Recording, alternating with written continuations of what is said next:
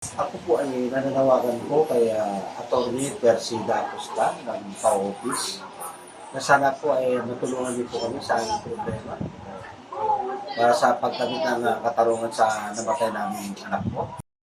Matapos mapanood ni PAO Chief Acosta ang nakakaawang panawagan ng ama ni Mark Kenneth Alcedo, isang 19-year-old maritime student na namatay sa hazing sa isang initiation rites ng Tau Gamma Pi Fraternity sa Dasmariñas, Cavite nitong 1 ng Marso. Agad na umaksyon si PAO Chief Acosta at itong araw ng Lunes ay personal na nagtungo sa tahanan ni Mark Kenneth upang tulungan ang pamilya ng biktima. Kayo pala yung ano. Nasa si nanay? Nandito po sa loob. Pasok po Retrato kayo. ba kayo ng anak niya? Opo, nandyan po, nakatarpulin po. Nagpunta ko yung mga pao dito. Napunta ko eh. Eh, ngayon pa lamang, hindi pa nakapile ang case. Ay, Kapal na ba? ngayon po, attorney, yung pagpapile lang, kasi inaantay na po ako doon sa after po yung meeting natin dito. Punta tayo sa, piskal. Ngayon? Opo, nasa piskal na raw po makikita. Kasi may sumuko na eh. Opo. Opo. Tapos, kakasuhan na raw po yung 15 na Oho. napangalanan. Oo, kasi nanawagan si Secretary John B. Cremulya na magsisuko na sila. Opo, May madam. manhunt sa kanila eh. Ganito po kasi nanawagan sa Facebook tong pamilya ni Mark Kenneth, no? At tayo po ay nagsabi na tayo on top of it. Sinugo ko yung mga PAO lawyers natin ng Dasmariñas, si Atty. Masunsong at ang director, si Director Marlon Buwan. Sa araw ding iyon ay sinamahan ni Chief Acosta ang tatay ng biktima upang formal nang makapagsampa ng kaso sa Dasmariñas City Prosecutor's Office.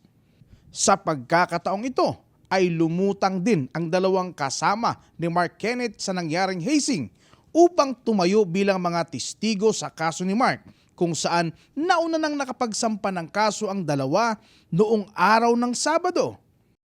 Ang ating kapulisan kinukomend po ng PAO dahil mabilis ang aksyon at may dalawang testigo. So ang kasong ito ay napakalakas. We are not preempting the merits pero malakas tong kasong ito. At hawak na po natin itong medical legal report ni Dr. Pete Malinaw, isang abogado rin. Ay, ang cause of death ay severe blunt force trauma to the lower extremities.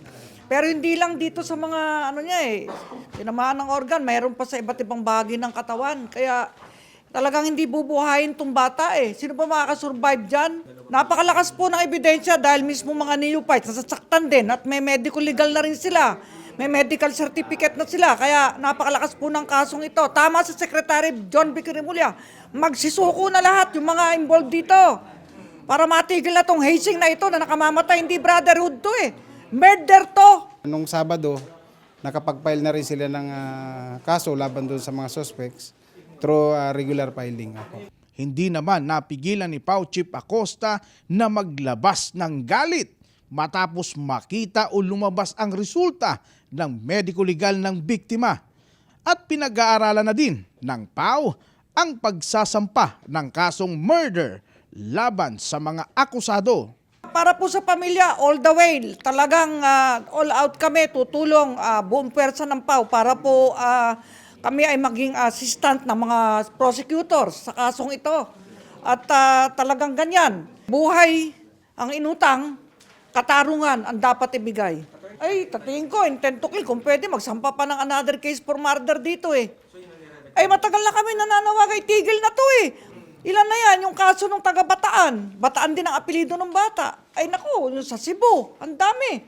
Kala ko wala na. Bakit meron pa? Hindi ako natutuwa.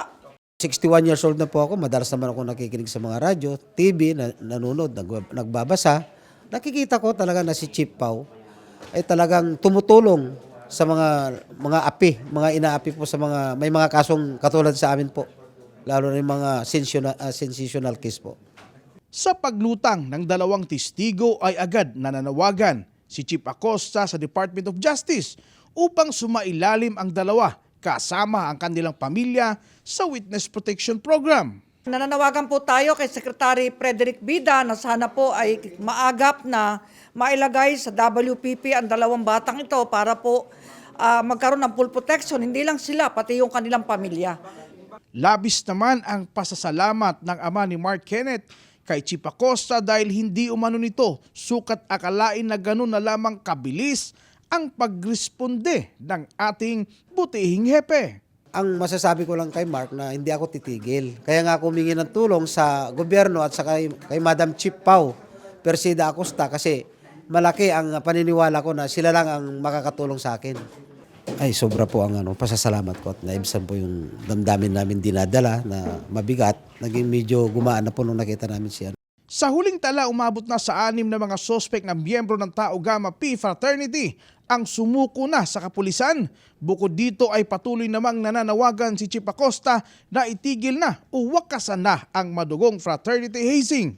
Matatandaan, hindi ito ang unang beses na inilaban ni Chief Acosta ang mga kaso ng mga nasawing biktima laban sa mga sospek na mga miyembro ng nasabing fraternity. Malaki tong kasong to, lumalaki. At maraming involved dito, isang malaking fraternity. At ako'y naniniwala na ang pamunuan ng Tau Gamma hindi naman kinukonsinti ang ganito. Dahil nagsabi na rin sila noon nung uhuling hazing sa Cebu na tama na, wala nang sakitan. Ba't meron na naman? Grabe, tatamaan ba naman ang tagiliran? Nandun yung kidney, nandun ang liver, vital organs. Masahol ka pa sa nasagasaan ng sasakyan. Mga kabataan, wag na kayo sumali ng fraternity. Mag-aral na lang kayo mabuti, makakasurvive kayo kahit walang fraternity kung ganito namang misakit at patayan. Tsaka pagka nag-hazing, bakit kayo nagkagaya? Naging mistula kayong animal at walang awa.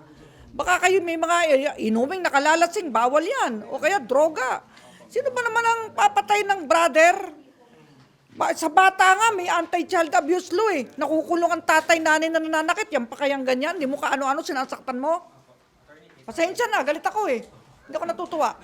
Para sa #PalaNews, ako si Gerald Dranyes, Persida Acosta, tagapagtanggol ng masa, katarungan, laban sa kahirapan.